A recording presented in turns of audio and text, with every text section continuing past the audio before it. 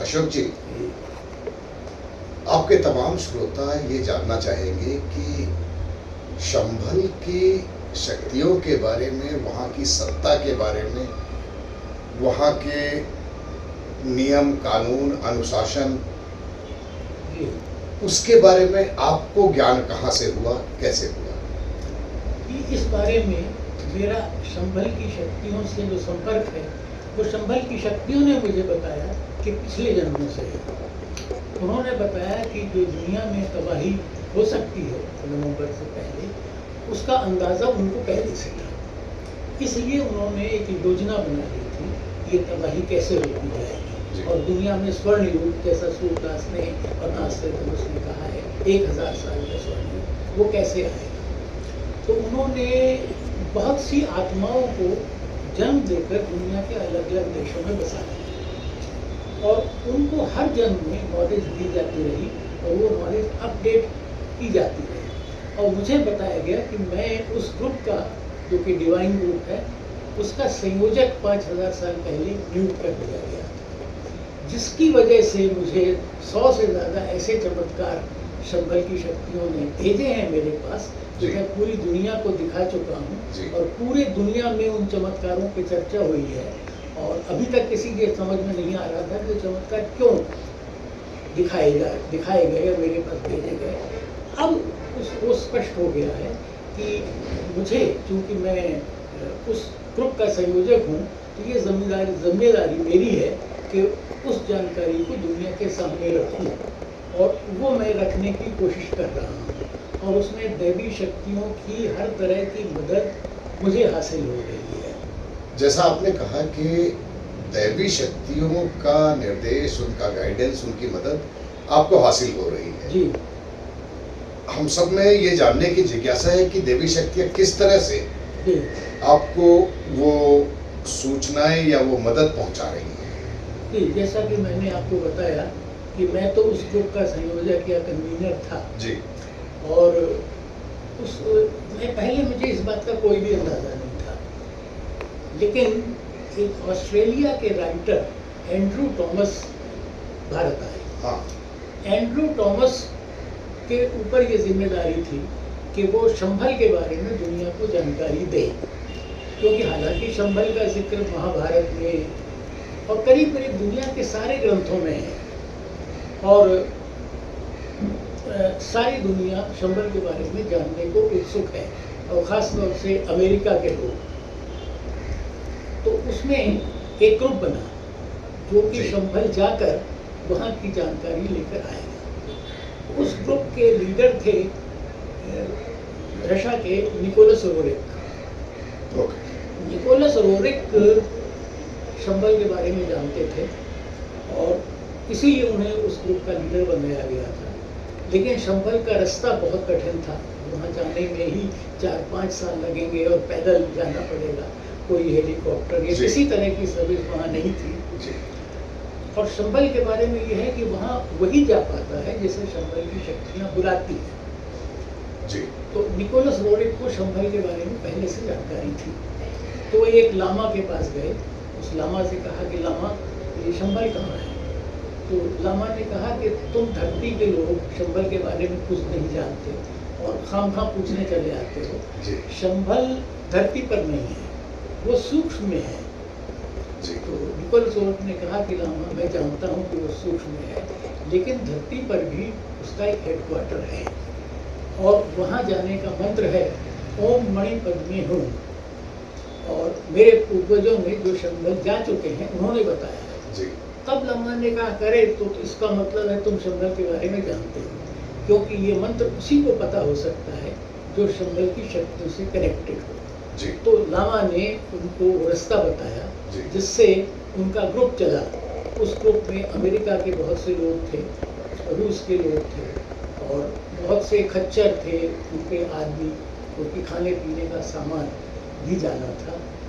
लेकिन वो सब लोग या तो छोड़ गए या मर गए, क्योंकि अकेले निकोलस रोरिक शंभल के दरवाजे पर पहुंचे। उसके बाद शंभल की शक्तियों ने उन्हें अपने यहाँ बुला लिया, और वो जगह धरती से कई मील नीचे है, उसके चित्र हमें बाद में संभल की शक्तियों ने भेजे। तो उससे ये पता चलता है कि वहाँ खुद तो कोई जा ही नहीं सकता, ज़्यादा से ज़्यादा कोई संभल के मुहाने तक पहुँच सकता है, उसके बाद वो शक्तियाँ ही उसे ले जाती हैं।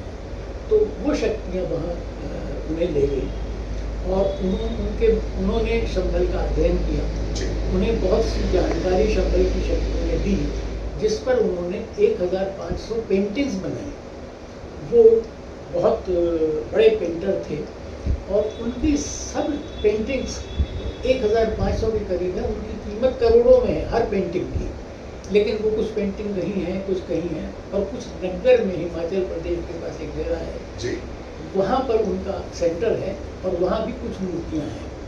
लेकिन जो जानकारी निकोलस रोड्रिक दुनिया को देना चाहते थे, उसके लिए बहुत बड़े ऑर्गेनाइजेशन की ज़रूरत थी, जो थी नहीं था। तो माननीय अटल बिहारी वाजपेयी जब प्रधानमंत्री थे, तो उन्होंने उस जानकारी को दुनिया को देने के लिए एक संस्था का प्रबंध किया और वही नगर में उसका प्रशासन करती है, लिटरेचर छापती है, और वो सारे लिटरेचर मेरे पास आते रहते हैं। निकोलस रोड्रिक ने भी उस पर कई पुस्तकें लिखी, जिसमें उन्होंने सारा वर्णन किया। वो पुस्तकें भी डिवाइन पावर्स ने किसी न किसी तरह मेरे पास भेज दी। उसके बाद फिर थोड़ी बहुत उससे हजारों में लाखों में जानकारी हुई दुनिया को, लेकिन वो जानकारी अब समय आ गया है कि पूरे 800 करोड़ लोगों को हो, तभी वहाँ विनाश रोक सकता है और तभी स्वर्णिम पा सकता है। तो इसके लिए दैवी शक्तियों ने एक और योजना बनाई। ऑस्ट्रेलिया के एक लेखक एंड्रू टॉमस को उन्होंने ये काम सौंपा कि भारत आकर संभल पर रिसर्च करे और पूरी दुनिया को उसके बारे में बताए। तो एंड्रू टॉमस को पहले तो ग्रूम किया गया, दैवी शक्तियों ने उनके यहाँ एक इच्छा पैदा की कि मैं इस विषय में दुनिया को बताऊं। और फिर एक दिन एंड्रू टॉमस घर से बाहर निकले और उनके ऊपर एक उड़न तश्तरी आ गई। ये एंड्रू टॉमस ने अपनी पुस्तकों में लिखा है। और उस उड़न तश्तरी से उन्हें ये संदेश मिला कि आप भारत जाइए और संभल पर रिसर्च करके दुनिया को बताइए। वो भारत आए और उनकी मुलाकात एक ज्ञानी लामा से हुई। और उनकी जो बातचीत थी वो उन्होंने अपनी पुस्तक में रिकॉर्ड की, जो बाद में लिखी गई। उस पुस्तक को गहराई से पढ़ने के बाद पता चलता है कि वो लामा और कोई नहीं, स्वयं भगवान परशुराम थे। क्योंकि उसमें उन्होंने बताया कई बार कि मैं उन शक्तियों में से हूँ जिन्होंने ये दुनिया बनाई है। ये बातें, और वो लामा झूठ तो बोल नहीं सकते थे। नहीं, लामा को क्या जरूरत है झूठ बोलने की? नहीं, वो उन्होंने पूरी जानकारी संभल के बारे में दी, जो मैं अब बता रहा हूँ आपको, और वो बहुत ज़्यादा महत्वपूर्ण है। तो उन्होंने कहा एंड्रू टॉमस से कि तुम एक लेखक हो और हमारा संदेश दुनिया के पास पहुंचा दो। वो ये है कि दुनिया 2 विश्व युद्ध लड़ चुकी है और तीसरी लड़ने जा रही है। पूरी दुनिया एक दोराहे पर खड़ी हुई है। या तो यहाँ से तुम लोग पतन के गर्त में जाओगे और तुम्हारी सभ्यता नष्ट हो जाएगी, जैसे कि पिछले 10,000 साल पहले जो सभ्यता थी वो नष्ट हो गई थी। तुम्हें उसका पता नहीं है। अगर तुम्हारी सभ्यता नष्ट हो गई तो अगली सभ्यता जो 10,000 साल बाद आएगी उसको भी तुम्हारे बारे में कुछ पता नहीं होगा। तो ये मामला इतना सीरियस था। तो लेकिन एंड्रू टॉमस को उनकी बात पर इतना भरोसा नहीं आ रहा था। तो उन्होंने उसे कहा, देखो भविष्य में कुछ घटनाएं होने वाली हैं, वो पिरामिड्स में होंगी। हमने पिरामिड बनाए हैं, तो उन्होंने कहा, और हमने उसमें कुछ रहस्य छुपा रखे हैं जो हम समय आने पे प्रकट करेंगे और तब दुनिया को पता चलेगा।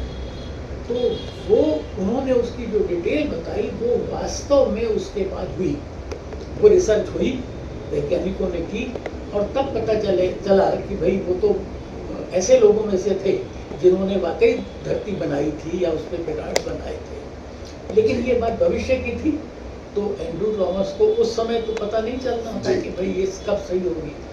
तब उन्होंने एंड्रू टॉमस को एक ऐसा चमत्कार दिखाया जो कि शायद धरती पर इससे पहले कभी नहीं हुआ। उसमें वो लोग एक गुफा में बात कर रहे थे और उस गुफा में एक मूर्ति रखी थी जो कि तारा देवी की मूर्ति थी। जी। उन्होंने कहा ये तारा देवी की मूर्ति है और ये दया माया और ममता की मूर्ति है। तारा देवी। तारा देवी वो पार्वती जी का एक रूप है। लेकिन देखो इनकी आंख से आंसू बह रहे हैं क्योंकि इस समय ये देख रही हैं कि दुनिया तबाही की तरफ बढ़ रही है। लेकिन मैं तुम्हें एक योजना बता रहा हूँ जो देवी शक्तियों ने बताई है।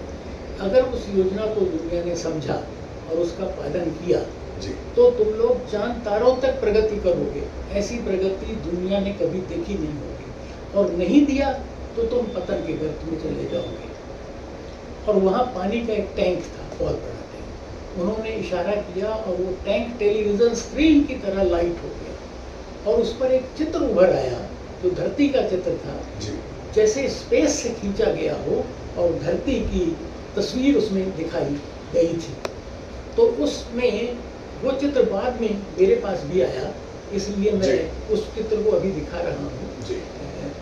यही चित्र एंड्रू टॉमस को उन्होंने दिखाया था और उन्होंने दिखाया था कि देखो पूरा काला है, तुम्हारी धरती बिल्कुल बीमार है, योर प्लेनेट हैज बिकम सिक। इसलिए इसमें कालीमा ही कालीमा है और धरती पर जो धर्म का केंद्र है वो शंबल है जी। शंबल देखो चमक रहा है। तो इस तस्वीर में आप देख सकते हैं कि शंबल एकदम चमकदार है क्योंकि धर्म का केंद्र है और बाकी सब सारी धरती एक तरह से बीमार हो गई है। तो यहाँ की पूरी सभ्यता बीमार हो गई है, वो बजाय आगे बढ़ने के, प्रगति करने के, मारकाट में लगी हुई है और पूरी धरती को कभी भी डिस्ट्रॉय कर सकती है।